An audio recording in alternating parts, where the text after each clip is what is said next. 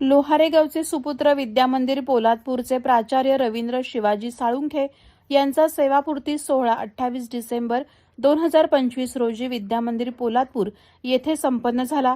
कार्यक्रमाला रायगड जिल्हा परिषदेचे माजी उपाध्यक्ष चंद्रकांत कळंबे, पोलादपूरच्या नगराध्यक्ष स्नेहा मेहता, रयत शिक्षण संस्थेचे जनरल बॉडी सदस्य तथा विद्यामंदिर पोलादपूरचे चेअरमन निवास शेठ, निवृत्त सुभेदार शिवाजी साळुंखे, सत्कारमूर्ती प्राचार्य रवींद्र साळुंखे यांच्या पत्नी ॲडव्होकेट विद्या साळुंखे आदी मान्यवर उपस्थित होते।